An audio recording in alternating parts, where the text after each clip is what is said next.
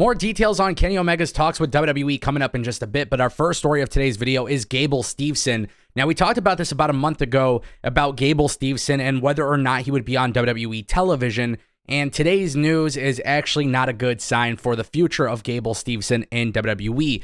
According to TeamUSA.org, Gable Steveson is set to return to international wrestling competition. And this is pretty big news, but not good news for the WWE. Now, here's the thing. Gable Steveson obviously was treated as a big deal going into the WWE. However, we have not seen Gable Steveson actually wrestle in the WWE. Now, I don't know whose decision this was. I don't know if it was Triple H's, Vince McMahon's, maybe Nick Khan's, whatever the case may be. But it looked like WWE was trying to ride the excitement and momentum and just the overall positive vibes of Gable Steveson when he was making headlines for obviously his wrestling career. But now that they brought him into WWE, we have not actually seen him wrestle in the WWE, and his appearances have been very, very, very limited. And yet he was treated as a big deal when he was drafted to WWE Raw, and I believe that was the 2020 draft. My point that I'm trying to make here is that Gable Steveson was somebody that was positioned to be a top guy in the WWE. There were rumors that even Gable Steveson would be linked up with Paul Heyman, and yet for some reason, nothing has actually come into television plans. Now, what's really interesting, though, is Gable Stevenson's brother, Damon Kemp, has been doing pretty damn well in WWE NXT, and a lot of people are looking at him as a good example of somebody who is going through the ranks of the WWE Performance Center, being able to be positioned on TV, and obviously being better of the two brothers. So, Gable Steveson not coming to WWE television anytime soon seems very likely. Now, the real question here is, when will the news drop that WWE doesn't have plans to use him? And I think that's a really interesting question that I keep getting, but the only thing I can say is if WWE feels like he's ready, he will be on TV soon. Now, I do remember hearing at one point there was some sort of heart procedure with Gable Steveson, so maybe that could be one of the reasons why he hasn't been on television. Obviously, nothing's been made public as to whether or not he is cleared by WWE Medical, but it's just something to pay attention to because I thought there was some potential there. Obviously, WWE did as well, but there is a reason why he has not been positioned on TV, and quite honestly, that is very shitty. That brings us to our next topic of today's video, Israel Adesanya. Now, if you guys don't know who he is, I don't blame you, but when you look at the WWE, Endeavor, UFC, their whole situation that's going on, this could make a lot of sense. Israel Adesanya publicly talking about WWE being on his bucket list. Now, for those who don't know, Israel Adesanya is a current UFC champion. And guys, he is great. He's in the middleweight division. He just beat Alex Pereira, somebody who has had Israel's number in combat sports. And Israel Adesanya came back to knock him out in the second round just this past weekend. This is one of those guys in the UFC that is making waves, right? He is a talented fighter. He's done a lot of great things in the UFC and the world of kickboxing and mixed martial arts. Israel Adesanya is a respected fighter, but now he is publicly talking about doing WWE, and you actually have to wonder if there is any merit to these comments because of the fact that WWE is now merging with the UFC. Now, for those who don't know, in a recent ESPN profile, several UFC stars were asked about WWE and the merger. And basically, Adesanya made it very clear that he's a wrestling fan. And he has, it's not a question of if, but really it's a thing of when he joins the WWE. And this was something that his manager, Tim Simpson, had said.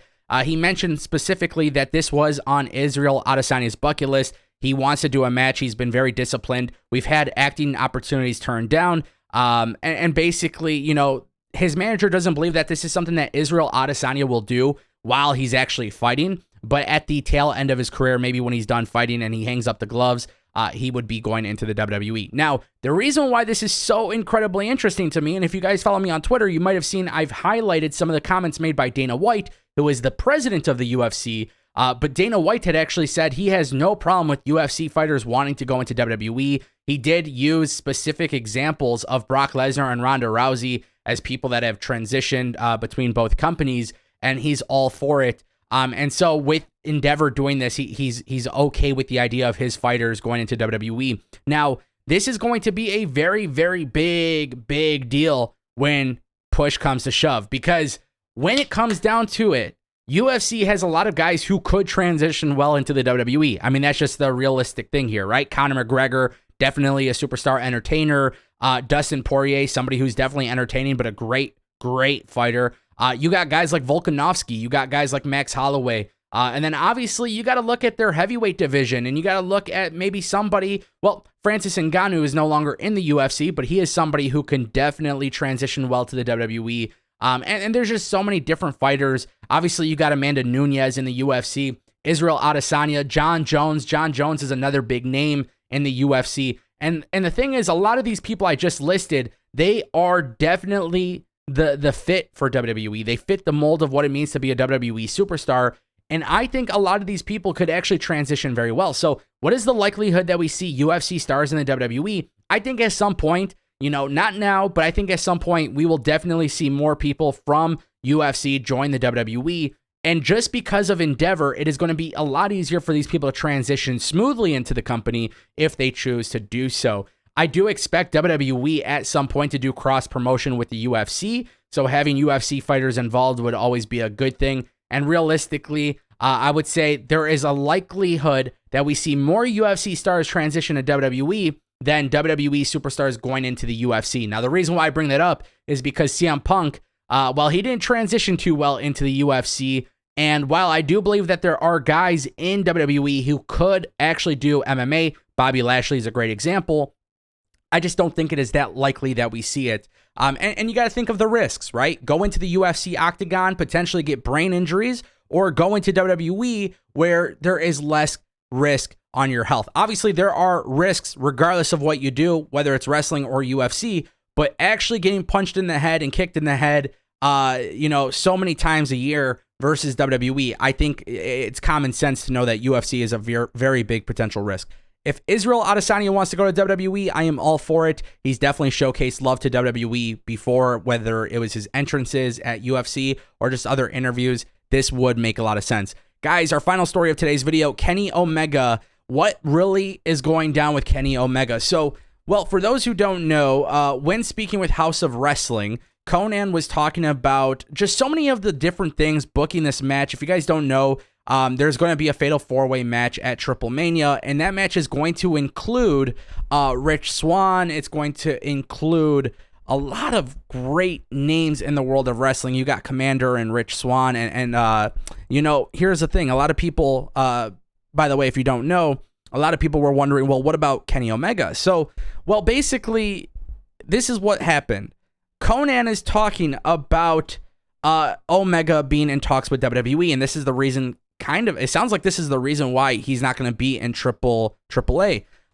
So basically, here's what it goes. Originally, we were going to bring in Omega, but he was still negotiating with AEW, and he wasn't sure if he was going to stay or not, so we couldn't commit. And he didn't want to come here until he signed, so that was out of the window. Boom. And then we asked for a couple of people from AEW, and they weren't available.